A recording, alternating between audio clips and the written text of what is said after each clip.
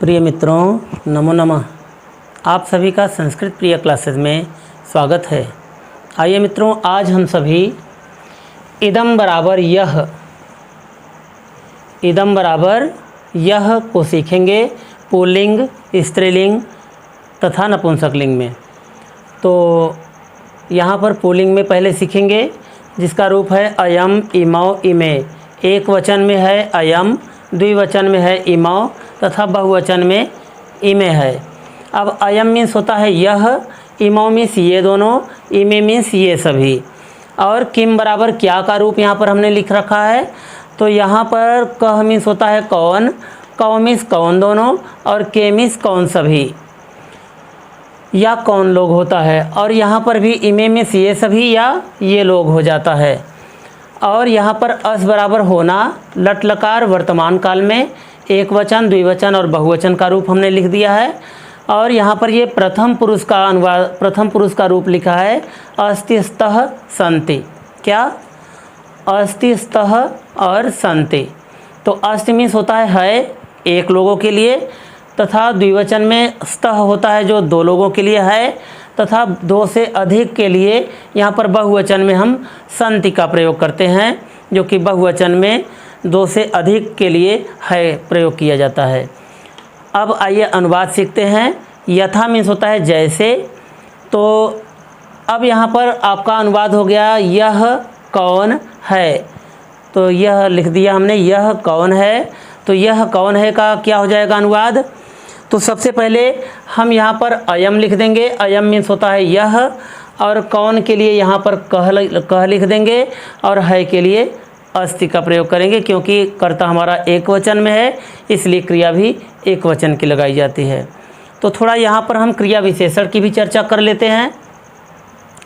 यहाँ पर हमने क्रिया विशेषण लिख दिया है। तो अत्र मीन्स होता है यहाँ, तत्र मीन्स वहाँ, कुत्र मीन्स कहाँ, अद्य मीन्स आज, न मीन्स नहीं, किम मीन्स क्या, और एव मीन्स ही। तो अब आइए इस अनुवाद को करते हैं। तो यह की मीनिंग हो जाएगा अयम। तो यहाँ पर हम लिख देंगे अयम।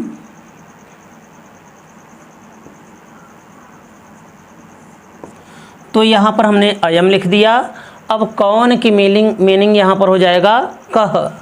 तो यहाँ पर हमने लिख दिया कह। और है के लिए हमने अस्ति लिख दिया। तो यहाँ पर हो जाएगा अस्ति।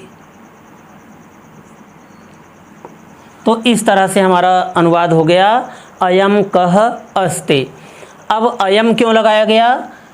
क्योंकि कर्ता हमारा एक वचन में है और यह की मीनिंग है अयम। और यहाँ पर अस्ति क्यों लगाया गया? क्योंकि कर्ता हमारा एक वचन में है, इसलिए इसकी क्रिया भी एक वचन में लगाई गई है अस्ति। अब यहाँ पर ये सर्वनाम कह मीन्स होता है कौन। तो इस कौन के लिए, क्योंकि कर्ता हमारा यहाँ एक वचन में है, इसलिए यहाँ पर इसके साथ में इस कह को हम यहाँ एक वचन में प्रयोग करते हैं। तो अब इसका अनुवाद हम दो तरीके से कर सकते हैं, या इस तरह से कर सकते हैं। तो इस तरह से भी कर सकते हैं कि अयम कह, अयम कह, इतना भी लिख देंगे तो भी हमारा अनुवाद ये सही माना जाता है। तो अयम कह अस्ति कर दीजिए, और चाहे अयम कह लिख दीजिए, दोनों ही तरीके से हमारा ये अनुवाद सही हो जाता है। तो अब आइए दूसरा अनुवाद सीखते हैं कि ये दोनों कौन हैं।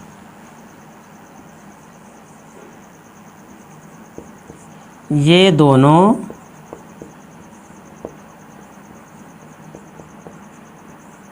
कौन हैं। ये दोनों कौन हैं। अब इसका अनुवाद करने के लिए अब ये दोनों की मीनिंग हो जाएगा इमौ। तो यहाँ पर हम लिखेंगे इमौ। इमौ मीन्स ये दोनों। अब कौन क्योंकि ये दोनों द्विवचन में है, इसलिए यहाँ पर कौन दोनों का प्रयोग किया जाएगा। तो यहाँ पर हम कौ लिख देंगे, इमौ कौ। अब यहाँ पर क्योंकि ये कौ हमारा द्विवचन में है और इमौ भी द्विवचन में है, इसलिए यहाँ पर ये है को भी हम द्विवचन में लगाएंगे, क्योंकि कर्ता हमारा जब द्विवचन में है यहाँ पर तो इसकी क्रिया भी द्विवचन में हो जाएगी। और यहाँ पर लिखेंगे स्तः।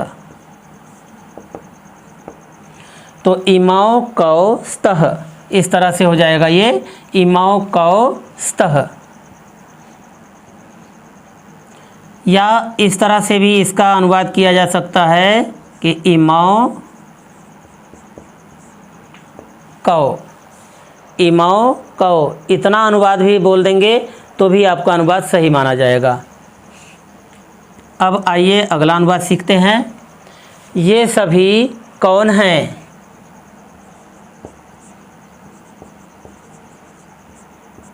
ये सभी कौन हैं? ये सभी कौन हैं? इसका अनुवाद क्या होगा? तो ये सभी का मीनिंग हो जाएगा इमे। तो यहाँ पर हम लिख देंगे इमे।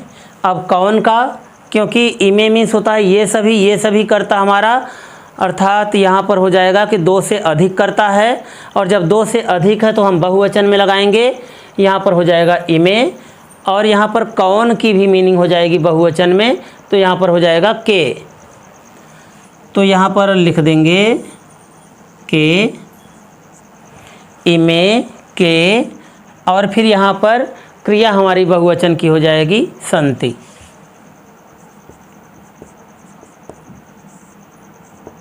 इस तरह से पूरा अनुवाद हो जाएगा इमे, के, सन्ति। और इसका दूसरे तरीके से अनुवाद कर सकते हैं कि इमे के,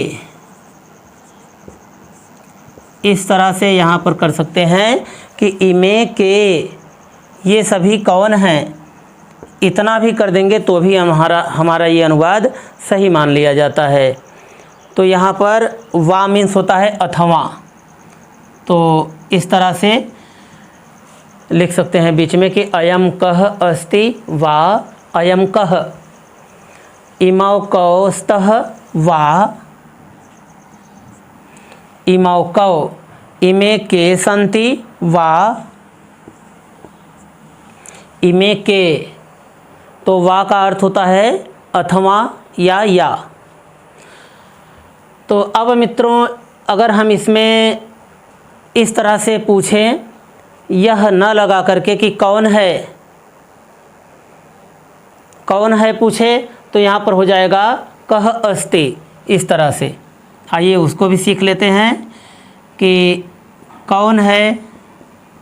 जैसे आपके दरवाजे पर कोई आया और आप देख नहीं रहे हैं उसको, आप अंदर हैं, और फिर आपसे पूछा कि कौन है, तो आप वहाँ पर इस तरह से पूछ सकते हैं कि कौन है। तो यहाँ पर कः अस्ति लिख सकते हैं। यहाँ पर कः मीन्स होता है कौन, ये कः संस्कृत में होता है और इसकी हिंदी होती है कौन। तो कः जब हमारा कर्ता एक वचन में हो जाएगा तो इसकी क्रिया यहाँ पर एक वचन की हो जाएगी अस्ति। तो इस तरह से हो जाएगा कि कः अस्ति, कः अस्ति मीन्स कौन है। और अब इसका यदि हम दूसरा अनुवाद करें कि कौन दोनों हैं, कौन दोनों हैं, कौन दोनों हैं, तो यहाँ पर हो जाएगा कौ स्तः,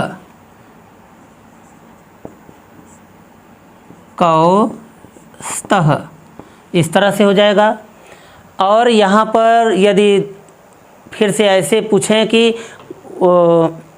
कौन हैं, यानी कौन सभी हैं या कौन लोग हैं, तो इसका अनुवाद हो जाएगा कौन लोग या कौन सभी, कौन लोग हैं। इस तरह से यदि हम करते हैं तो इसका अनुवाद हो जाएगा के सन्ति,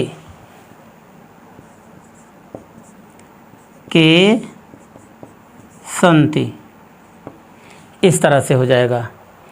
तो अगर हमने यहाँ पर यह प्रश्न किया कि कह अस्ति कौन है, तो यहाँ पर आप बदले में उत्तर दे सकते हैं कि यहाँ पर अगर कोई पुल्लिंग में है, जैसे रमेश नाम है तो उसका बोल देते हैं रमेशः अस्ति, कः अस्ति रमेशः अस्ति। तो इस तरह से बोल सकते हैं आप कि रमेशः अस्ति। यहाँ पर बोल दिए कौस्तः, या स्त्रीलिंग में इसका है कि कौन है, कः अस्ति, तो हम एक किसी का नाम बोल सकते हैं राधा अस्ति, कः अस्ति राधा अस्ति। अब यहाँ पर यदि हमने कहा कौन दोनों हैं, तो कौन दोनों हैं, तो इसके लिए अगर हम पुल्लिंग में यहाँ पर मित्रों एक बात और है कि अगर हम यहाँ पर स्त्रीलिंग में प्रयोग करेंगे तो का अस्ति यह पूछा जाएगा कि का अस्ति, तो यहाँ पर बोलेंगे राधा अस्ति, और कह अस्ति तो रमेशः अस्ति। यहाँ पर पूछते हैं कि कौस्तः, तो रमेशः दिनेशः च स्तः, यानी किसी दो नाम को बोल सकते हैं रमेशः दिनेशः च स्तः। तो चलिए हम इसका स्त्रीलिंग में बाद में प्रयोग करते हैं, पहले पुल्लिंग में समझ लेते हैं। अब अगर जैसे हमने कहा कि वहाँ कौन है, वहाँ कौन है, वहाँ कौन है, जिसको अंग्रेजी में बोलते हैं हु इज़ देयर, तो इसका संस्कृत में क्या करेंगे, तो वहाँ का मीनिंग हम यहाँ से ले लेंगे क्रिया विशेषण से, तो तत्र मीन्स हो जाता है वहाँ, और कौन का मीनिंग हो जाएगा कह, तो यहाँ पर लिख देंगे तत्र कह, और क्योंकि हमारा यहाँ अब कर्ता एक वचन में हो जाएगा तो इसकी क्रिया एक वचन में हो जाएगी, तो यहाँ पर हो जाएगा अस्ति। तो इस तरह से तत्र कह स्तः, तत्र कह अस्ति, इस तरह से हो जाएगा तत्र कह अस्ति, वहाँ कौन है। आइए अब दूसरे अनुवाद को सीखते हैं। अब यहाँ पर जैसे हमने अनुवाद किया कि क्या यह कहाँ है, यह कहाँ है, यह कहाँ है, इसका अनुवाद करते हैं यह कहाँ है, तो यह के लिए हम यहाँ पर अयम लगाते हैं। अगर किसी पुल्लिंग की बात कर रहे हैं, जैसे हम किसी का नाम कह दिए कि दिनेश है और या रमेश है, सुरेश है, किसी का भी नाम ले सकते हैं किसी बालक का, और उस बालक के बदले में यदि हम सर्वनाम शब्दों का प्रयोग करते हैं तो इस यह शब्द के लिए हम यहाँ पर अयम का प्रयोग कर रहे हैं कि यह रमेश कहाँ है, क्योंकि यहाँ पर नाम नहीं लेना है, तो हम कह रहे हैं कि यह कहाँ है। तो अब हम यहाँ बोलते हैं यह के लिए कि अयम कह, अयम कुत्र अस्ति, अयम कुत्र अस्ति, अयम कुत्र अस्ति, इस तरह से हो जाएगा। और अब यहाँ पर जैसे अब हम इसमें किसी का नाम लिख दे रहे हैं, जैसे रुक जाइए, पहले अब हम यहाँ पर नाम लिख देते हैं, इसके बाद आप सभी भी यहाँ पर नाम लिख करके इस डायग्राम को बना लीजिएगा। तो चलिए आप लोग भी इस नाम को लिख लीजिए।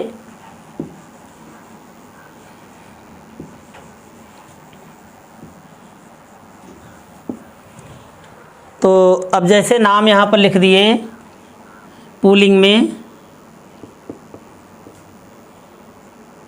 रमेशः, रमेशः लिख दिया, और यहाँ द्विवचन में रामः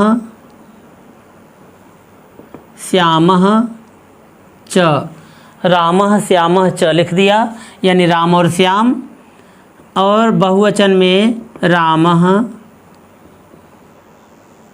श्यामः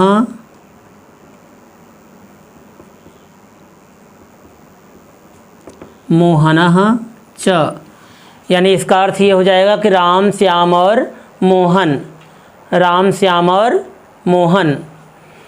तो आइए अब इससे संबंधित अनुवाद कर लेते हैं कि यह रमेश है। जैसे हमने यहाँ पर कहा कि अयम कः अस्ति, अयम कः अस्ति, यह कौन है, तो आप उत्तर में दे सकते हैं कि यह रमेश है, यह रमेश है। तो यहाँ पर आप उत्तर में लिखेंगे यह रमेश है। आप यहाँ पर किसी का भी नाम लिख सकते हैं। तो जैसे अब यहाँ पर देखिए, ये हमारा कर्ता रमेश है और इसकी क्रिया यहाँ पर है, लेकिन अब यह क्या है, तो यह हमारा सार्वनामिक विशेषण है। क्या है? सार्वनामिक विशेषण है। जब किसी संज्ञा के नाम के आगे कोई सर्वनाम आ जाता है तो वह उसका सार्वनामिक विशेषण कहलाता है। क्या कहलाता है? सार्वनामिक विशेषण हो जाता है। तो अब यहाँ पर यह रमेश है, तो यह की मीनिंग यहाँ लिखेंगे अयम, और ये रमेश के लिए लिखेंगे रमेशः। तो अयम रमेशः,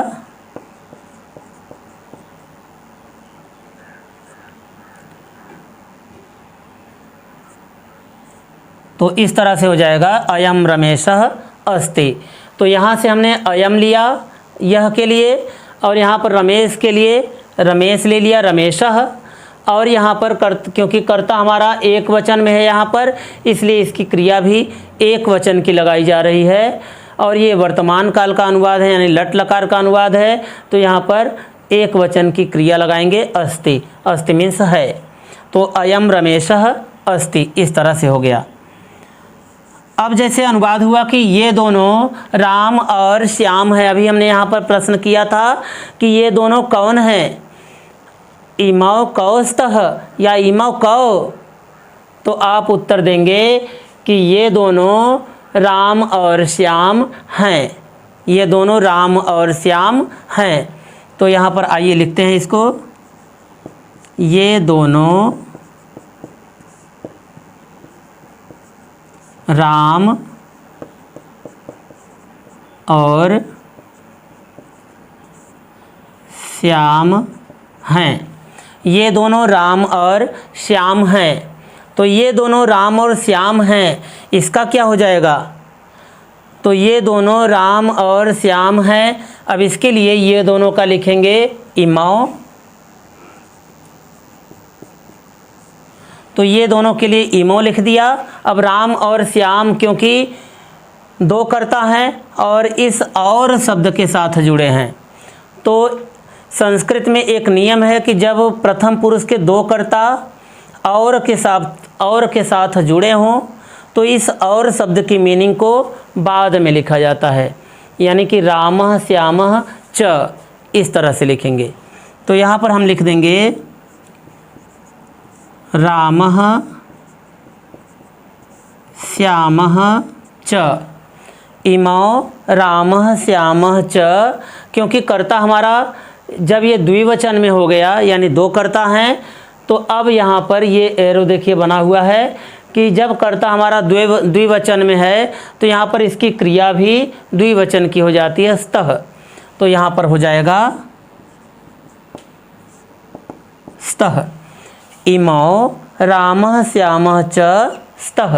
क्या हो जाएगा, इमौ रामः श्यामः च स्तः। अब इस तरह से अगला अनुवाद है कि ये सभी राम, श्याम और मोहन हैं। तो ये सभी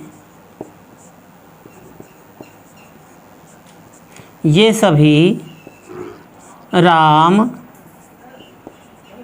श्याम और मोहन हैं। ये सभी राम, श्याम और मोहन हैं।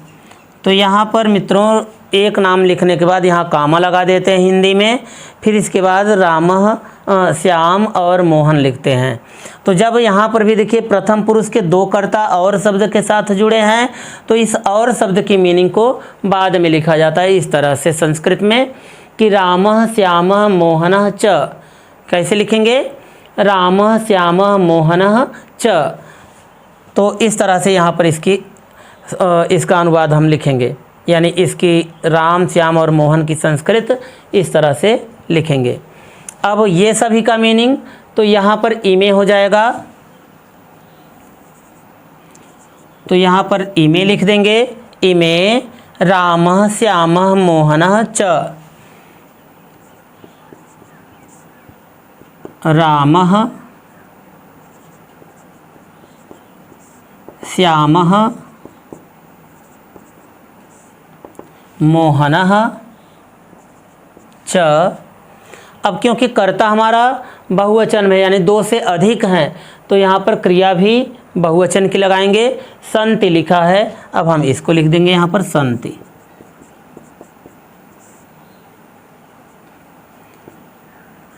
तो इस तरह से हो जाएगा इमे रामः श्यामः मोहनः च सन्ति। इमे रामः श्यामः मोहनः च सन्ति। तो अब आइए दूसरा अनुवाद करते हैं इस क्रिया विशेषण का प्रयोग करके कि यह रमेश कहाँ है।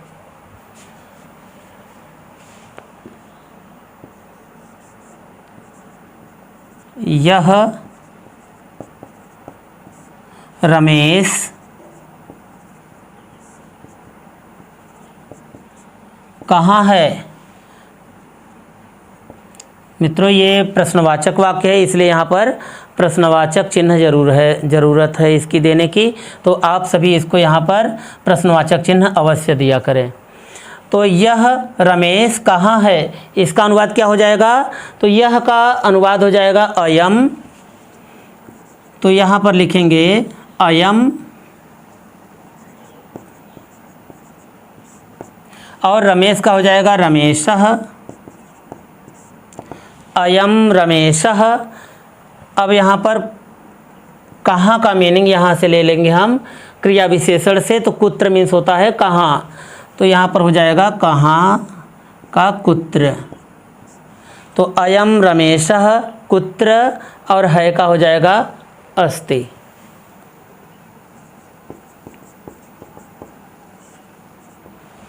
तो अयम यहाँ से हमने लिया कि अयम मीन्स यह, रमेश यहाँ से लिया क्योंकि कर्ता हमारा एक वचन में इसलिए यहाँ पर रमेश का रमेशा हो जाएगा। और ये कुत्र मीन्स कहाँ हो जाता है तो यहाँ से हमने कुत्र लिया। और जब कर्ता हमारा एक वचन में है तो इसकी क्रिया भी एक वचन की हो जाएगी अस्ति। तो इसलिए यहाँ पर हमने अस्ति लिख दिया।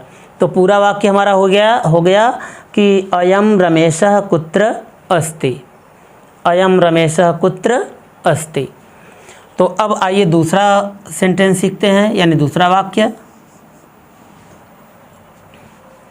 यह रमेश नहीं है। यह रमेश नहीं है। जैसे हमने कहा यह रमेश नहीं है तो इसका अनुवाद क्या हो जाएगा? तो यह के लिए हम यहाँ पर लिखेंगे अयम। तो अयम लिखेंगे। इसके बाद रमेश के लिए रमेशः लिखेंगे। और नहीं शब्द को हम यहाँ क्रिया विशेषण से लिखेंगे। न मीन्स होता है नहीं, तो यहाँ पर लिखेंगे न। अब क्योंकि कर्ता हमारा एक वचन में है इसलिए इसकी क्रिया भी एक वचन की हो जाएगी अस्ति। तो यहाँ पर हम लिख देंगे अस्ति।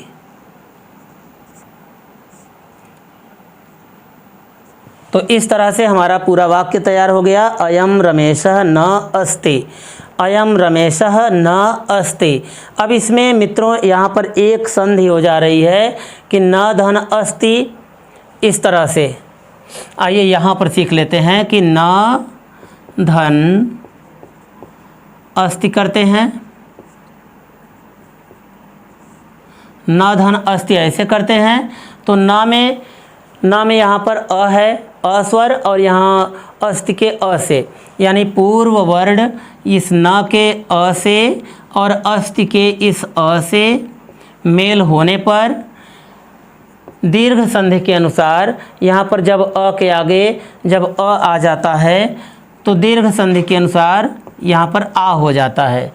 तो अब यहाँ पर ये हमारा बचा है आधा न, तो यहाँ पर आधा न धन ये आ मिल कर के ना बन जाता है, और यहाँ पर ये स्ति बचा हुआ है, तो अब इसमें हम जोड़ देते हैं स्ति। तो इस तरह से अब ये हमारा हो जाएगा नास्ति। तो यहाँ पर हम चाहे इसको न धन अस्ति लिख दें या फिर नास्ति लिख दें, यानी कि यहाँ पर ये जो हमने अभी आप सभी को बताया दीर्घ संधि, तो चाहे तो आप इसको यहाँ पर लिख सकते हैं कि न धन अस्ति बराबर ये नास्ति। तो इस तरह से इसको लिख सकते हैं कि अयम रमेशः नास्ति, अयम रमेशः नास्ति, ऐसे भी बोल सकते हैं।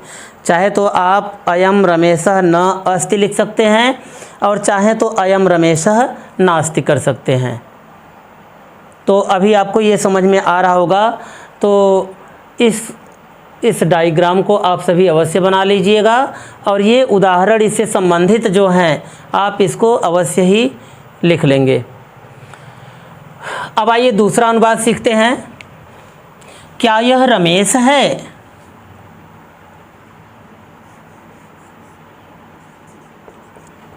क्या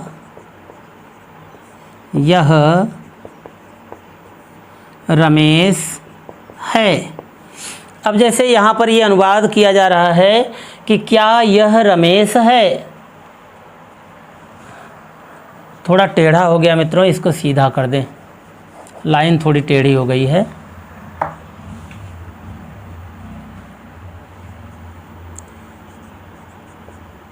क्या यह रमेश है? क्या यह रमेश है? तो इसके लिए किम मिस होता है क्या, तो यहाँ पर सबसे पहले हम किम लिख देते हैं, किम। अब यह के लिए यहाँ पर अयम लिख देंगे, तो ये हमारा अयम हो गया। और रमेश के लिए यहाँ पर रमेशः लिख देंगे। आप किसी का भी नाम यहाँ पर लिख सकते हैं, तो यहाँ पर जैसे हमने रमेश का रमेशः लिख दिया है, तो आप किसी का भी नाम लिख सकते हैं, दिनेश, सुरेश, महेश, किसी का भी नाम लिख सकते हैं। और यहाँ पर है के लिए यहाँ पर, क्योंकि कर्ता हमारा जब एक वचन में ये रमेश है, यानी एक नाम हम वहाँ पर लिख रहे हैं, तो यहाँ पर एक वचन वाला ये अस्ति लगा देंगे, तो यहाँ पर ये हो जाएगा अस्ति।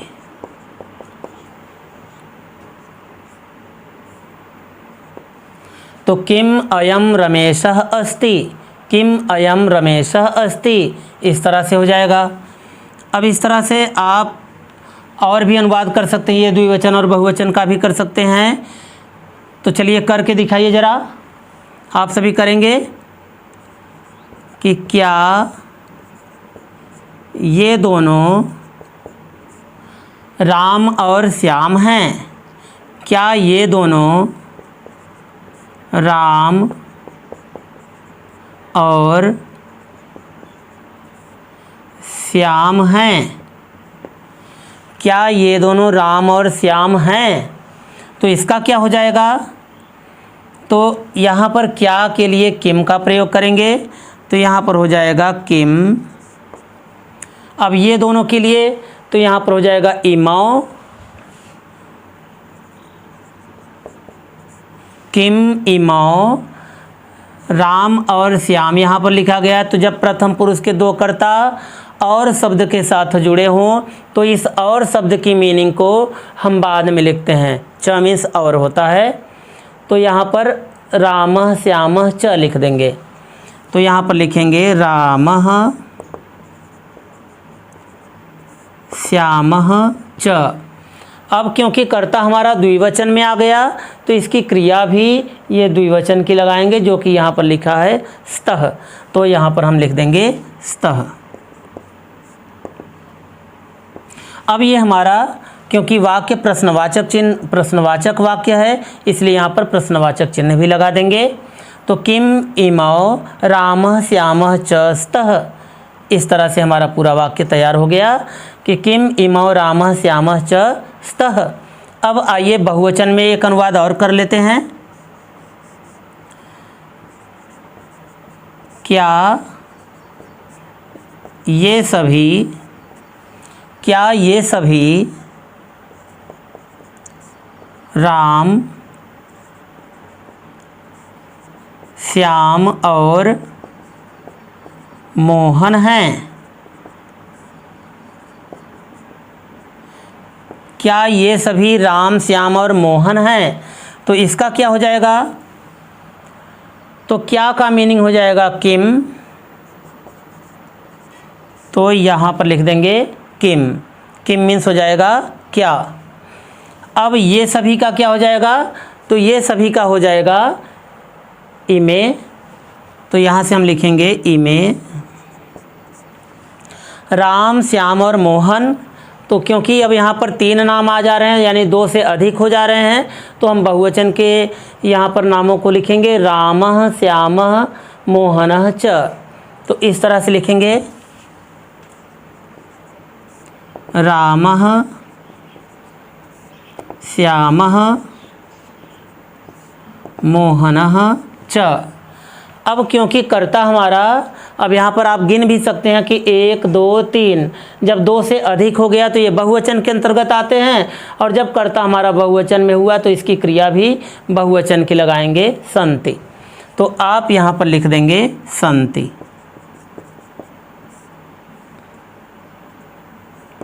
प्रश्नवाचक चिन्ह लगा देंगे। किम इमे रामः, श्यामः, मोहनः च सन्ति। इस तरह से हमारा पूरा वाक्य तैयार हो गया। किम इमे रामः, श्यामः, मोहनः च सन्ति। तो अब यहाँ पर इस तरह से और भी अनुवाद कर सकते हैं आप सभी कि आज यह रमेश कहाँ है? आज यह रमेश कहाँ है? आज यह रमेश कहाँ है? तो आज यह रमेश कहाँ है, तो आइए इसको सीखते हैं। तो आज का मीनिंग यहाँ पर अद्य हो जाएगा, तो इस अद्य को यहाँ पर लिख देंगे अद्य, और यह का मीनिंग यहाँ से लिखेंगे अयम।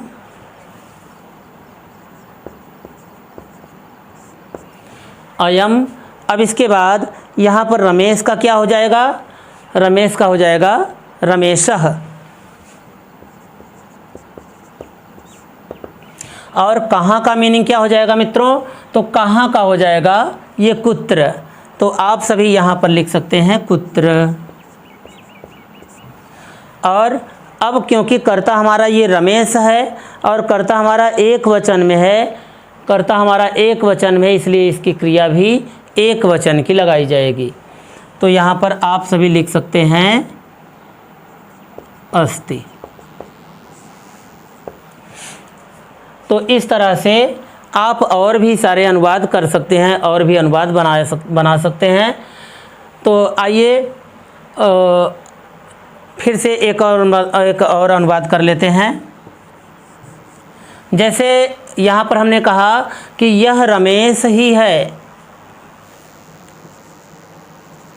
यह रमेश ही है, यह रमेश ही है। तो इसका अनुवाद क्या हो जाएगा? तो यह का हो जाएगा अयम। तो यहाँ पर हम लिखेंगे अयम, और रमेश का हो जाएगा रमेशः। तो यहाँ पर हो जाएगा रमेशः, अयम रमेशः। अब ही का हो जाएगा एव। एव मीन्स ही हो जाएगा। तो यहाँ पर हम लिखेंगे एव। अयम रमेशः एव। अब क्योंकि कर्ता हमारा एक वचन में है, इसलिए यहाँ पर क्रिया भी एक वचन की लगाएंगे, जो कि है अस्ति। तो यहाँ पर हम लिख देंगे अस्ति।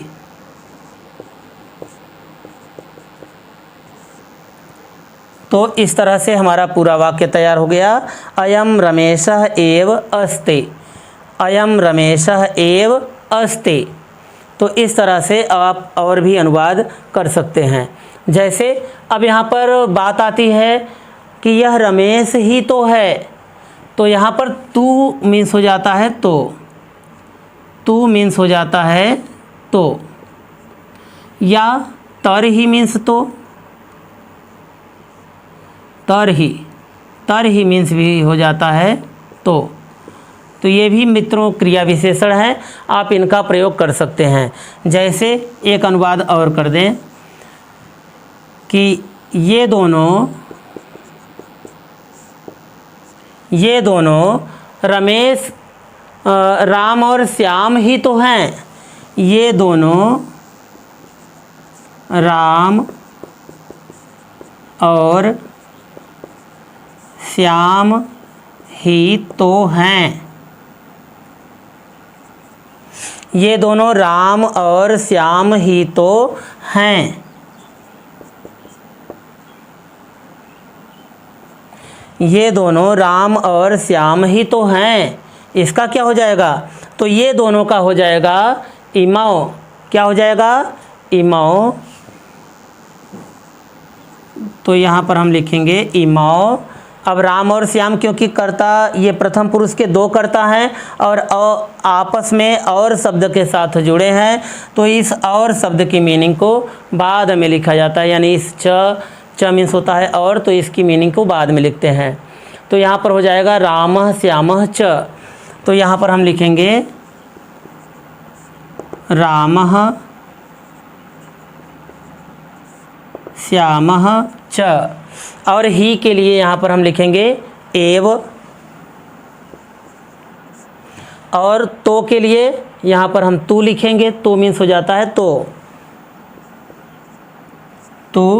और यहाँ पर है के लिए हम प्रयोग करेंगे, क्योंकि यहाँ पर कर्ता हमारे द्विवचन में हो गए राम और श्याम, इसलिए यहाँ पर इसकी क्रिया स्तः लगाएंगे। तो यहाँ पर स्तः लगा देंगे। तो इस तरह से हो जाएगा कि इमौ रामः श्यामः च एव तु स्तः। क्या हो जाएगा? इमौ रामः श्यामः च एव तु स्तः। तो यहाँ पर जैसे अभी हमने कहा था कि कः अस्ति, कः अस्ति कौन है, तो यहाँ पर अब आप उत्तर में दे सकते हैं कि रमेशः अस्ति। कैसे लिख सकते हैं कि रमेश है। यहाँ पर आप किसी का भी नाम लिख सकते हैं, कि जैसे हमने एक नाम लिख दिया है कि रमेश है, तो आप यहाँ पर उत्तर दे सकते हैं कि रमेशः अस्ति। रमेशः अस्ति। तो आप इस तरह से रमेशः अस्ति लिख सकते हैं। और जैसे यहाँ पर ये प्रश्न किया गया है कि कौस्तः कौन दोनों हैं, तो यहाँ पर आप लिख सकते हैं कि रामः श्यामः च स्तः। क्या लिख सकते हैं? इसका उत्तर आप लिख सकते हैं कि रामः श्यामः च स्तः। और यहाँ पर पूछा गया कि के सन्ति कौन लोग हैं, तो आप इसके लिए लिख सकते हैं कि रामः श्यामः मोहनः च सन्ति। क्योंकि कर्ता हमारा बहुवचन में, इसलिए क्रिया भी बहुवचन की यहाँ पर लगा करके इस अनुवाद को पूरा कर सकते हैं। तो आइए इसको यहाँ पर कौस्तः यानी कौन दोनों हैं, इसका उत्तर इसके सामने यहाँ पर लिख दे रहे हैं। तो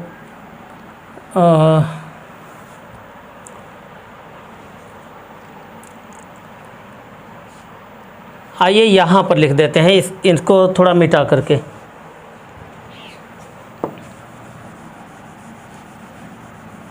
इसको यहाँ से इतना हम मिटा करके फिर से ये अनुवाद आपको बता देते हैं कि इस तरह के प्रश्न आप कैसे पूछ सकते हैं और कैसे इसका उत्तर देंगे।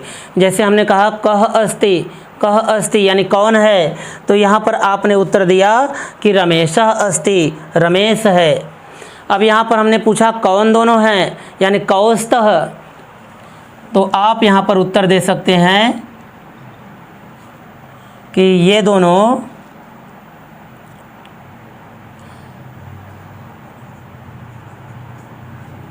जैसे यहाँ पर हमने पूछा कि कह अस्ति कौन है, तो आप यहाँ पर लिख सकते हैं कि अयम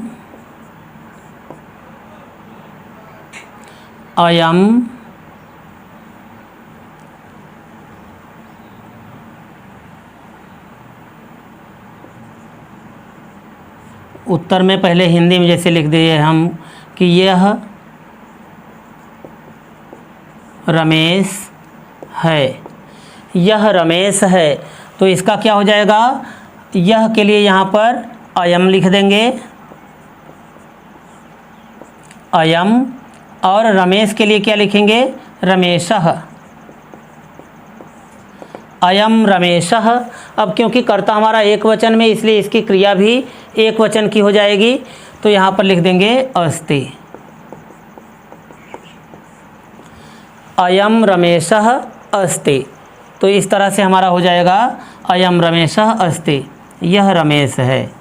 अब जैसे हमने पूछा कि कौस्तः या इमौ कौस्तः पूछा गया कि ये दोनों कौन हैं, और चाहे आपसे पूछा गया कि कौस्तः, तो यहाँ पर आप उत्तर दे सकते हैं कि इमौ रामः श्यामः च स्तः।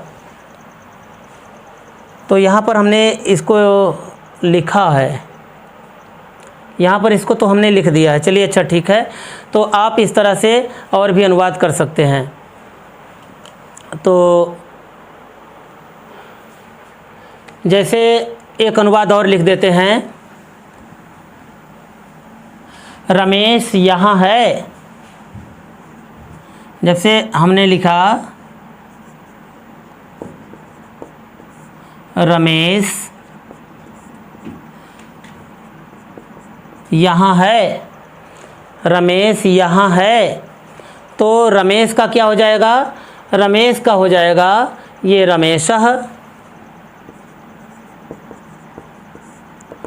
और यहाँ का मीनिंग हम यहाँ क्रिया विशेषण से ले लेंगे, तो यहाँ पर हो जाएगा अत्र मीन्स यहाँ, तो इसको लिख देंगे यहाँ पर अत्र, और है के लिए यहाँ पर अस्ति लगा देंगे, क्योंकि कर्ता हमारा एक वचन में, इसलिए यहाँ पर इसकी क्रिया एक वचन की लगा देंगे, तो हो जाएगा अस्ति।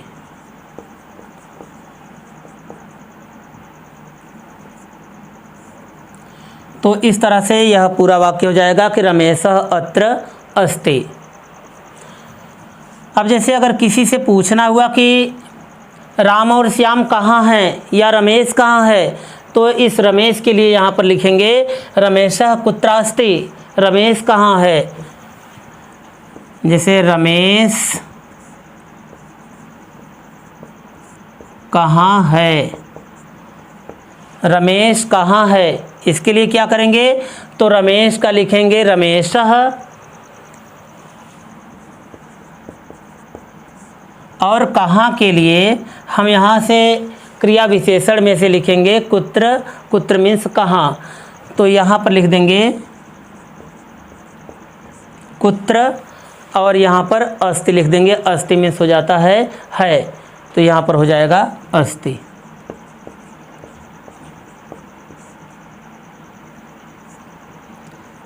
तो रमेशः कुत्र अस्ति।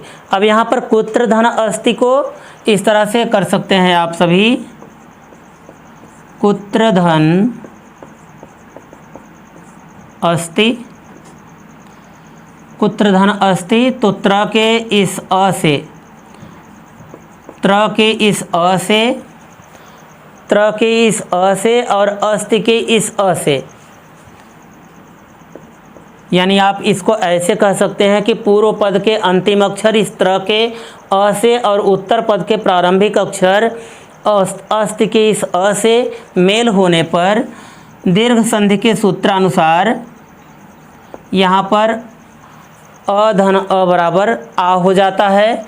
तो यहाँ पर अब ये त्र में से जब हमने अ निकाल लिया था तो वहाँ पर आधा त्र बचा हुआ था, तो आधा त्र धन आ बराबर ये हो जाता है हमारा त्रा, ऐसे हो जाएगा। अब यहाँ पर ये कु त्रा और यहाँ पर ये स्त्री बची है, तो इसको लिख देंगे, यहाँ से लिखेंगे कु, तो ये कु हो जाएगा, और यहाँ से त्रा लिखेंगे तो कुत्रा हो गया।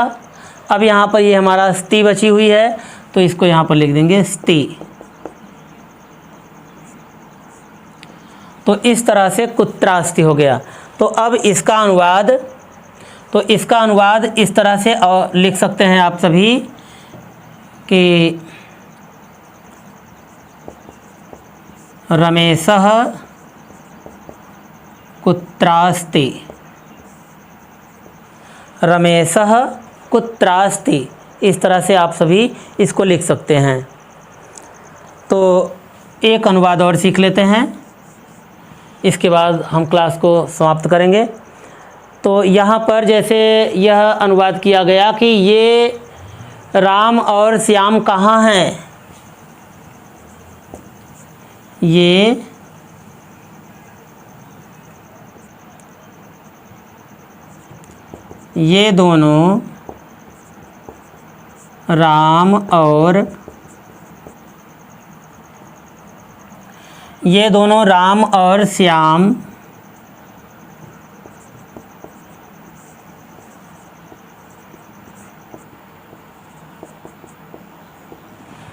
दोनों राम और श्याम कहाँ हैं, तो इसका क्या हो जाएगा, ये दोनों का हो जाएगा इमौ,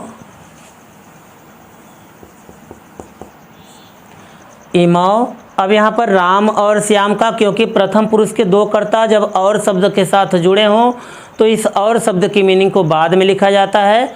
तो यहाँ पर हम लिखेंगे रामः श्यामः, च मीन्स और, तो इस च को बाद में लिखा जाता है, न कि यहाँ पर बीच में नहीं लिखेंगे। तो इमौ रामः श्यामः च, अब कहाँ का मीनिंग, यहाँ पर कुत्र लिखा हुआ है, तो यहाँ से हम लिखेंगे कुत्र, तो इस तरह से कुत्र हो जाएगा। अब क्योंकि कर्ता हमारा ये द्विवचन में है राम और श्याम, इसलिए इसकी क्रिया यहाँ पर स्तः हो जाएगा, तो यहाँ पर स्तः लिख देंगे।